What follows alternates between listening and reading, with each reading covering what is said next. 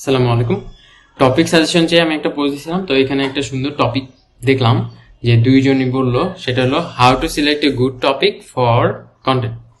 আচ্ছা, কন্টেন্ট যেহেতু মানুষ কনজিউম করে, তাদের ইউজে আসে, তাদের কোনো প্রবলেম সলভ হয়, এরকম কন্টেন্ট আমাদের জেনারেট করতে হয় ইউজুয়ালি।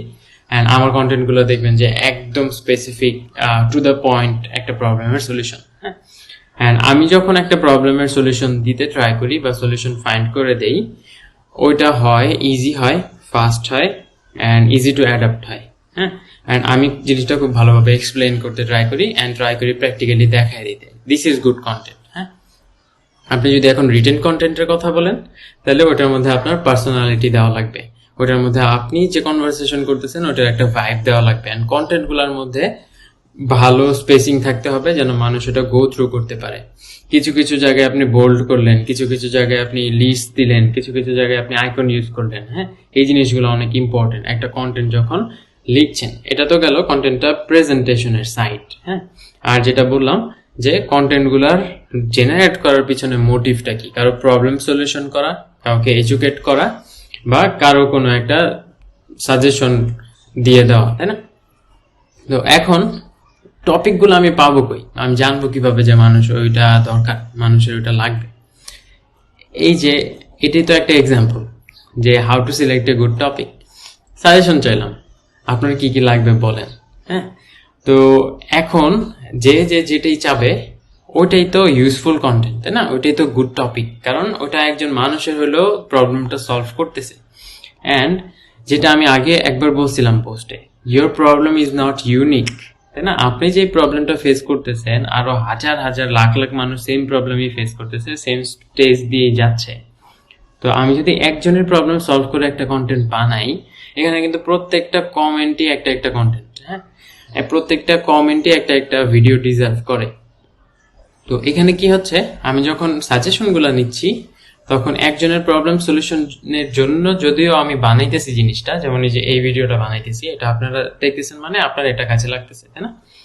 তো একজনের সলিউশনে যখন আমি একটা ভিডিও বানাইতেছি, তখন হাজার হাজার মানুষ ওটা থেকে বেনিফিটেড হইতেছে, কারণ সেম প্রবলেম হয়তো সে জানেও না যে তার ওটা প্রবলেম, হয়তো সে জানে না যে কোথায় প্রবলেমের সলিউশনটা আস্ক করতে হবে, বা তার মনে মনে ছিল, সে কাউকে বলেই নেই, তাই না? তো এইগুলো হলো বেটার ওয়ে অফ রিসার্চ, যে আমার অডিয়েন্স কি চায়, আমার কমিউনিটি কি চায়। দেন আরেকটা জিনিস যেটা, সেটা হলো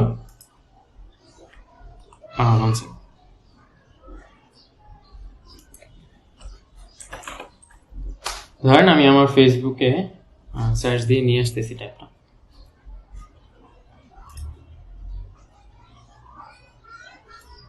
ধরেন আমি আমার ফেসবুক কমিউনিটিতে আসলাম, আসার পর এই যে প্রত্যেকটা যে প্রবলেমের পোস্ট হচ্ছে, এগুলো একটা কন্টেন্ট, মানুষ কি প্রবলেম ফেস করে। হ্যাঁ, দেন আপনি যদি স্ক্রল ডাউন করেন, আপনি যদি রেগুলারলি সার্ভিস দিতে থাকেন, আপনি দেখবেন যে কিছু কনসিস্টেন্ট প্রবলেম আছে যেগুলো অনেক মানুষেরই হচ্ছে, অনেক মানুষই ডিফিকাল্টিস ফেস করতেছে।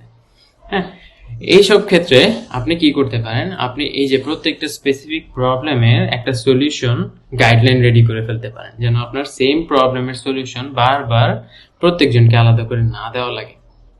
তো আমি কি করলাম, ফাইবার যাদের গিগ দেখা যায় না সার্চে, ওদের জন্য একটা ব্লগ লিখে দিলাম, একদম প্রসেস দিয়ে যা যা লিখতে হবে সাপোর্টে সবকিছু সহ আমি লিখে দিছি, যেন ওরা জাস্ট কপি পেস্ট করে দিয়ে দিতে পারে। দেন আমার ব্লগের টপিকগুলোও দেখবেন এরকম, এক একজনের প্রবলেম সলিউশন রিলেটেড, তারপর মাইন্ডসেট রিলেটেড, প্রোডাক্টিভিটি রিলেটেড। হ্যাঁ, এখানে দেখেন কত কত ব্লগ আছে।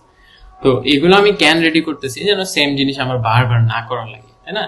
তো এগুলো হলো গুড কন্টেন্ট, যে আমার একটা ফুল কন্টেন্ট, সেটাতে কোনো স্ট্রিং অ্যাটাচ নাই, এই মানুষটা ওই প্রবলেমটা নিজে নিজে সলভ করে নিতে পারবে, আমার কাছে আর আসতে হবে না। হ্যাঁ, এটা হলো গুড কন্টেন্ট। এখন অনেক মেন্টররা কি করে, এটা অবশ্য ইম্পোস্টার সিনড্রোমও হইতে পারে, সেটা হলো তারা একটা জিনিস জানে, ওটা ফুললি শেয়ার করে না, ভাবে যে ফুললি শেয়ার করলে তো আর আমার কোর্স কিনবে না, আমার কাছে আসবে না। তো আমি যদি একটা জিনিসের সাজেশন দিতেছি, এটার কমপ্লিট সাজেশন না দিই, ওর যদি কাজে না লাগে, তাহলে তো ওরা আমার কাছেই আর আসবে না, না আমার কোর্স করার তো দূরের কথা, আমার ফ্রি কন্টেন্টও কনজিউম করবে না, তাই না?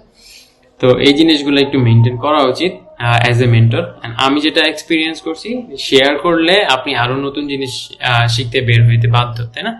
তো যখন আপনি অলরেডি যা জানেন তা শেয়ার করে দিতেছেন, আপনি নতুন নতুন জিনিস শিখতে বের হয়ে যাবেন। তো এটা one way of forcing my self to learn more, তাই না? যে ফাইবারে রিভিউ চেঞ্জ করার কি রিকোয়েস্ট করা যায় নাকি, এটা একটা কন্টেন্ট। হ্যাঁ, এই জিনিসগুলা আমাদের রিসার্চ করা লাগবে। এটাকে আমি যেটা বলি, এটা ইন্টারন্যাশনালি সোশ্যাল হিয়ারিং।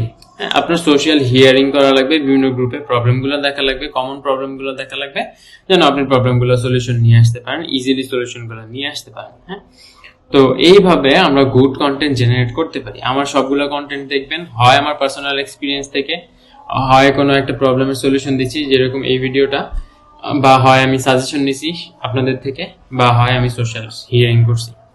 তো এই জিনিসগুলা মেক্স এ গুড কন্টেন্ট। তারপরে আরেকটা আইডিয়া যদি আমি দেই, just go to A YouTube channel, niche specific YouTube channel, যেটার সার্ভিস আপনি দিচ্ছেন, যেটা আপনি বানাতে চাচ্ছেন, ওই নিশ স্পেসিফিক একটা ইউটিউব চ্যানেলে যান যেটা অনেক ফেমাস, তার ভিডিওগুলোতে দেখেন পপুলার কোন ভিডিওটা আছে, ওই টপিকগুলো আপনি কভার করেন।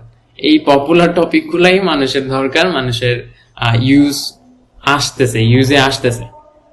তো পপুলার কন্টেন্টগুলো যখন আপনি রিমেক করবেন, অবশ্যই নিজের পার্সোনালিটি অ্যাড করবেন, নিজের কোনো ইউনিকনেস অ্যাড করবেন, নিজের কোনো থটফুল ডিসিশন অ্যাড করবেন, নিজের কোনো রিসার্চ অ্যাড করবেন, করে দেখাইবেন প্র্যাকটিক্যালি।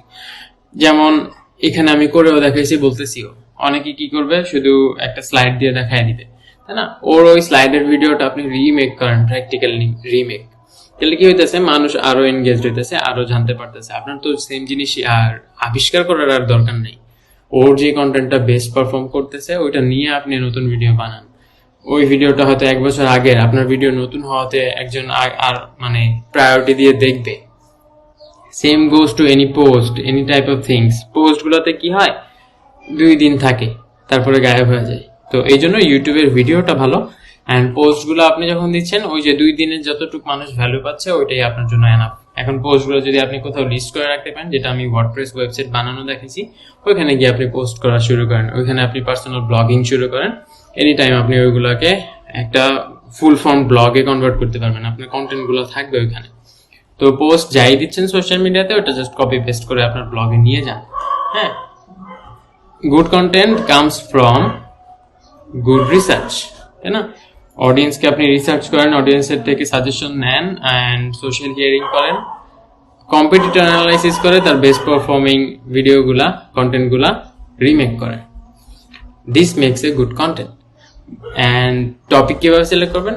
অবভিয়াসলি ওই টপিকগুলি। হ্যাঁ, এটাই ছিল শর্ট অ্যান্ড সুইট ভাবে আপনাকে কিভাবে বুঝাবো। আমার প্রসেসগুলো আমি এভাবেই করি, আমার ফুল টিম এভাবে কাজ করে। তো আপনার যদি স্টার্ট করার ইচ্ছা থাকে বা স্টার্ট করে অনেক স্ট্রাগল করতেছেন, জাস্ট ফলো দিস গাইডলাইন্স। আমি এই ভিডিওতে যেগুলো মেনশন করছি, এগুলো জাস্ট ফলো করে আপনি শুরু করে দেন। বেস্ট অফ লাক, আল্লাহ হাফিজ।